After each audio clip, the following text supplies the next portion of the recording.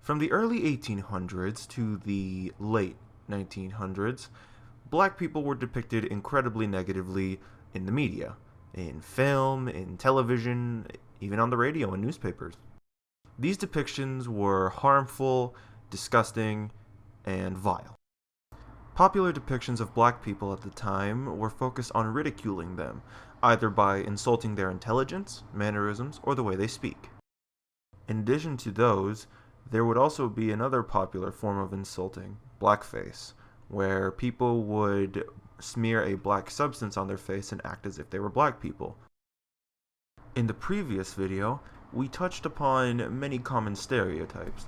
However, in this video, we shall be focusing more on the specific examples such as newspaper articles, radio shows, and films that negatively depicted black people. Throughout the mid-1800s and the early 1900s, racism in music started to become more prevalent in America. The term coon song was a genre that grew popular around in the 1830s, which started off as a way for white people to demonstrate black stereotypes around the time. In addition to these racist songs, many of these artists performed with blackface while giving the crowd a supposed show, one that many enjoyed watching and consumed. One of the earliest artists that were famous around the time was a man named Uncle Dave Macon. Uncle Dave Macon was an old-time banjo player who was known as the grandfather of country music. Born in 1870, his career as a banjo player was not usually known for its racist premise. However, one song by him was incredibly racist, titled Pickaninny Lullaby Song. In this song, he mentions many racial remarks, and we will be playing that clip of the song later. Another artist similar to Dave Macon is German composer Fred Fischer, who was part of the Tin Pan Alley era, which was a group of New York City composers that were rising in popular music around the time. He wrote the song If the Man in the Moon Were a Coon, which was later performed by British artist Ada Jones in 1907. Similar to Uncle Dave Macon, although Ada Jones' career was not primarily focused on stereotypes, she would sing these racist songs just like the ones mentioned. There are extremely racist lines in this song, and that will be played later also in the presentation. Alternatively, there are artists that were African American that use this genre to depict the daily struggles that they had to face. One famous artist was Scott Joplin, who was a famous ragtime artist. The genre ragtime referred to music that was played in a ragged rhythm and was increasingly popular in the late 1800s and early 1900s. Joplin had written the song titled I Am Thinking of My Pickaninny Days, referring to his derogatory term pickaninny. The song will also be shown later on in the presentation.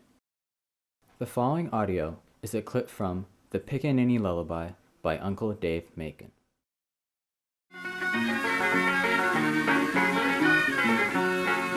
One little bucket for to roll the baby out. Let him breathe the good fresh air. Oh, feed him all bananas so he won't have the gout. Time to living on his hand.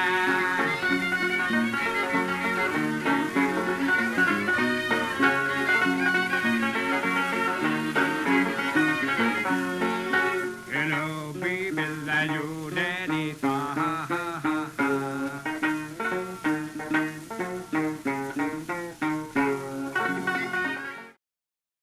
The following audio is a clip from If the Man in the Moon Were a Coon by Fred Fischer, performed by Ada Jones. Suddenly darkens up the silvery moon. Wake up, you're dreaming with your eyes aflare, you great big foolish fool. If the man in the moon were a coon, coon, coon, what would you do? He would say. The following audio is a clip from I Am Thinking of My Pickaninny Days by Scott Joplin.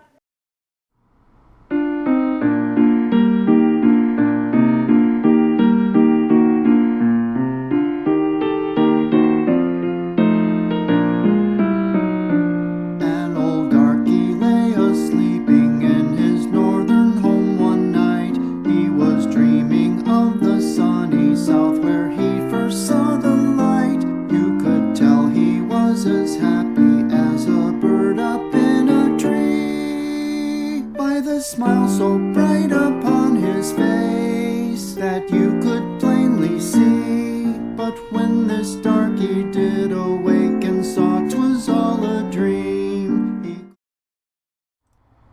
the radio, there were two very popular shows which ridiculed black people, those being Beulah and Amos and Andy.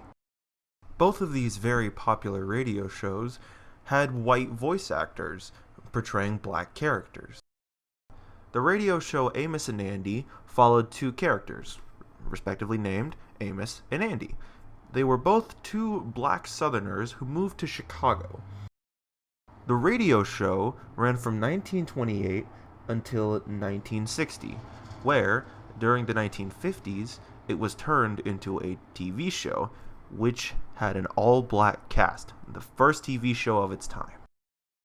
While Amos and Andy was on the air, the voice actors of Amos and Andy, respectively, spoke in intonations and mannerisms that were crude and offensive versions of how black people spoke at the time. At the moment, the Kingfish is home alone, sitting on the sofa, reading his newspaper, with his feet perched up on the chair. His wife, Sapphire, who's been out shopping, is just putting the key in the door.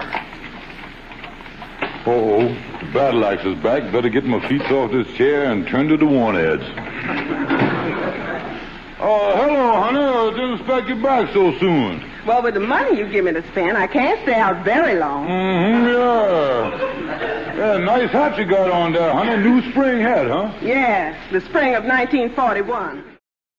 The creators of the radio show, Freeman Gosden and Charles Correll, came under heavy scrutiny by the NAACP for their portrayal of black people. It was found to be offensive, and eventually the show was canceled in the 1960s. Another very popular radio show at the time was known as Beulah. Beulah focused around a black woman who was a hired maid for a family, who followed under the mammy stereotype. She was voiced by Marlon Hunt, a white man. Similarly to Amos and Andy, Beulah was voiced in a stereotypical manner by Marlon Hunt. Well, you better be careful, Jess. She may be after your moolah. My what? You know, your fabulous wealth. Your money. Your moolah. Moolah! Somebody bawling for Beulah?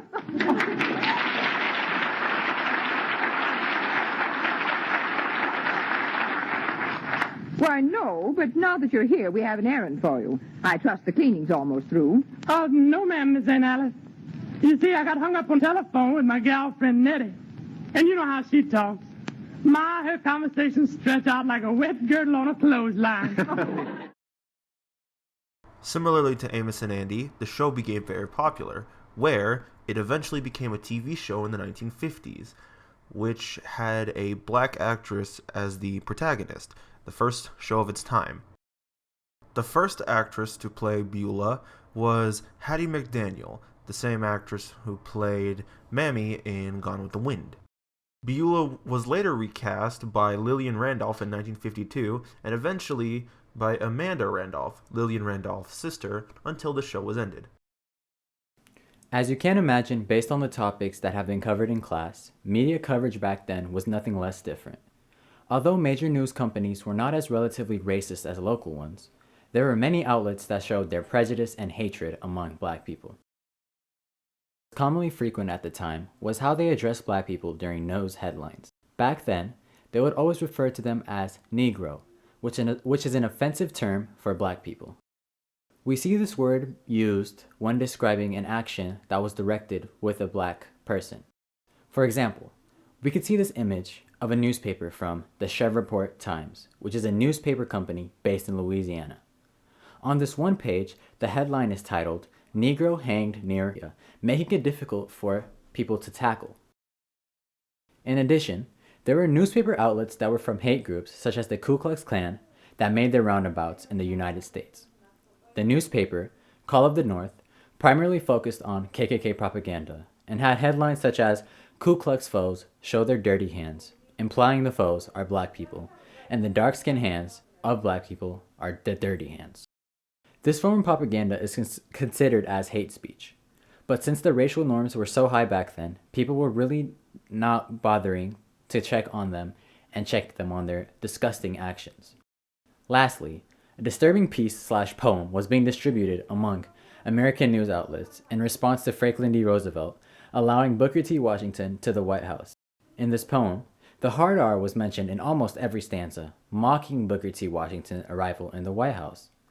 This form of behavior displays how normalized the hard R usage was during these times, although not surprising considering the racial prejudices that African Americans face, continuing to this day. Another form of media where black people were terribly portrayed was in film. For example, in one of the most racist films of all time, The Birth of a Nation, the film portrays black people as savages, while white people were pure and innocent. Essentially, Birth of a Nation was a way to glorify the Ku Klux Klan. A common practice seen in films at the same time was blackface, where actors would smear a black substance on themselves and act, either by singing or dancing or something along those lines. This was an incredibly common sighting in films, and the first film to ever include audio, The Jazz Singer, included a scene with blackface, which will be shown now.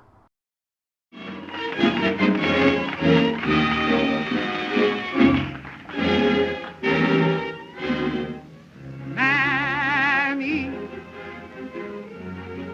Mammy, the sun shines east, the sun shines west, but I know where the sun shines best. Mammy, Mammy, my heartstrings are tangled around Alabama. Throughout the earliest forms of black representation in media throughout the United States, we can see that the travesties that had occurred. In a country filled with unnecessary hate towards African Americans, there were people that sought to make their hatred known to the world. From the popularization of blackface in entertainment and news coverage targeting black folks, to racist songs being sung throughout the continental United States and TV shows that mock black families, society back then had reached unthinkable levels of racism. In recent years, the popularization of rap, hip-hop, and R&B have all taken over the music industries. Movies such as Black Panther have had influence on majority all-black casts, and TV shows such as Blackish have brought in a massive audience. In addition, black culture is starting to be appropriated by even white people themselves. Speaking in AAVE, dressing up like popular rappers and so forth have made all their ways in current news and trends. And this seems to be the case that will continue for more years to come. One may think, because all of this popularity, black people still are not subjected to racism or face a lesser case of racism in comparison to before. However, the growth of racism and hatred is still ongoing, as we can see incidents such as the George Floyd and Breonna Taylor deaths that have occurred due to systemic racism. As we progress into our nation today, it is important for us to look back and understand the horrors that were built upon this country. We must be aware of the hundreds of years of systemic racism and prejudice for black people that still carries on till this date. Educating children and instituting African American history courses in schools is one way for people to be more informed of their history and help them become a part of the future change. Thank you.